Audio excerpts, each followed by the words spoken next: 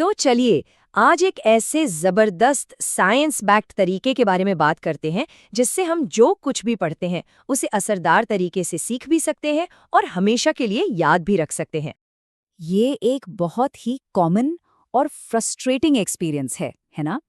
ऐसा लगता है मानो सारी मेहनत पर पानी फिर गया हो। पर फिक्र की कोई बात नहीं है। आज हम इसी प्रॉब्लम का एक सॉलिड सॉल्यूशन ढूंढेंगे। सबसे पहले तो ये समझना जरूरी है कि आखिर हम भूलते क्यों हैं। मतलब याद की हुई चीजें हमारे दिमाग से निकल क्यों जाती हैं, क्योंकि जब तक हम प्रॉब्लम की जड़ तक नहीं पहुंचेंगे उसका हल कैसे निकलेगा। देखिए, प्रॉब्लम आलस की नहीं है। असल में आज का स्टूडेंट कंफ्यूज्ड है और ओवरलोडेड है। इतना ज्यादा इन्फॉर्मेशन का बोझ है हमारे दिमाग पर। जब दिमाग पहले से ही रील्स और दूसरी गैर जरूरी चीजों से भरा हो, तो नई और काम की बातें याद रखना तो मुश्किल होगा ही। तो सबसे जरूरी बात यह है कि कमी हमारी मेमोरी में नहीं है, कमी है हमारे याद करने के तरीके में। ये कोई बैड मेमोरी का केस नहीं, ये रॉन्ग मेथड का केस है। अगर तरीका सही हो जाए तो नतीजे अपने आप बेहतर हो जाएंगे। तो चलिए अब जरा साइंस की दुनिया में चलते हैं और समझते हैं कि हमारी पढ़ने की जो आम आदतें हैं वो आखिर फेल क्यों हो जाती हैं, और असल में हमारे दिमाग में पक्की यादें बनती कैसे हैं। और ये एक लाइन सच में पूरा गेम बदल देती है।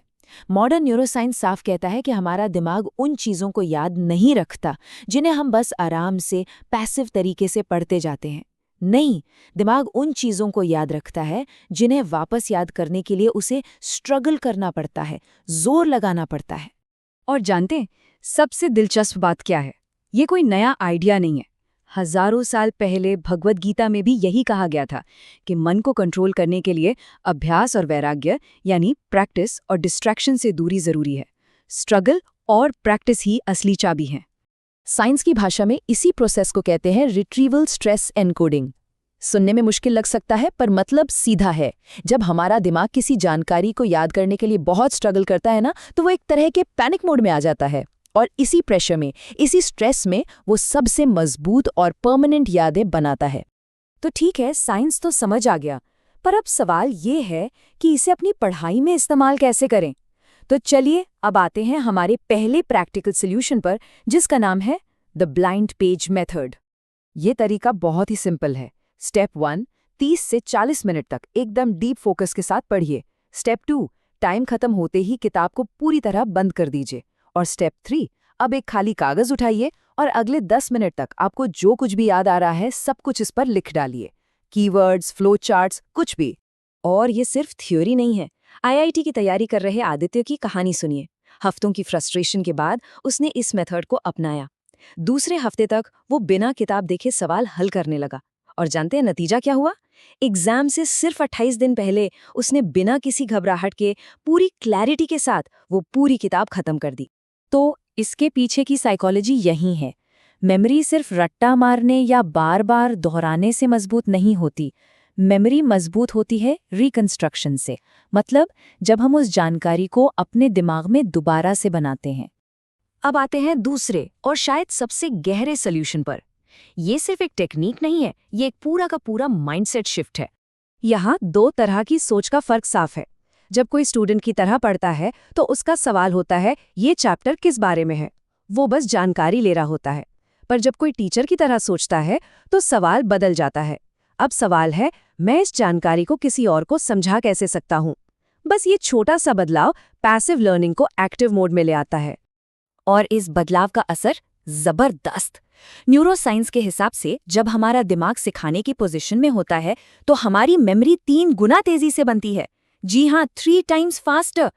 इसे कहते हैं पर्सपेक्टिव एनकोडिंग। मतलब हमारा दिमाग इन्फॉर्मेशन को इस आधार पर कोड करता है कि हम खुद को किस रोल में देख रहे हैं, एक स्टूडेंट के रोल में या एक टीचर के रोल में। यूपीएससी एस्पिरेंट स्नेहा की कहानी इसका एक शानदार एग्जाम्पल है। जब उसने खुद से ये पूछना शुरू किया कि मैं ये किसी को कैसे समझाऊंगी, तो उसका दिमाग पूरी तरह से बदल गया। सिर्फ 15 दिनों में वो बिना किताब देखे पूरे टॉपिक समझा सकती थी। उसने सिलेबस नहीं बदला, उसने अपनी आइडेंटिटी बदल दी। तो इस पूरी बातचीत का निचोड़ क्या है? इसका सार बस एक सिंपल आइडिया में छिपा है। जब हम रटते हैं तो दिमाग एक पैसिव रिसीवर होता है। और बनने वाले कनेक्शंस कमजोर होते हैं। लेकिन जब हम समझने के इरादे से पढ़ते हैं तो दिमाग एक एक्टिव एक्सप्लेन करने वाला बन जाता है, जिससे इतने मजबूत न्यूरल कनेक्शंस बनते हैं जो लंबे समय तक टिकते हैं। सोचिए, डॉक्टर्स और टीचर्स इतनी सारी जानकारी कैसे याद रखते हैं? क्योंकि वो सिर्फ इन्फॉर्मेशन को रटते नहीं, वो उस रोल को जीते हैं। उनके लिए वो जानकारी सिर्फ किताबी ज्ञान नहीं, बल्कि उनकी पहचान का हिस्सा होती है। तो आखिरी सवाल हमें खुद से पूछना है, आज से हम एक सीखने वाले की तरह पढ़ेंगे या एक सिखाने वाले की तरह? चुनाव हमारा है और उस चुनाव का नतीजा भी हमारा ही होगा।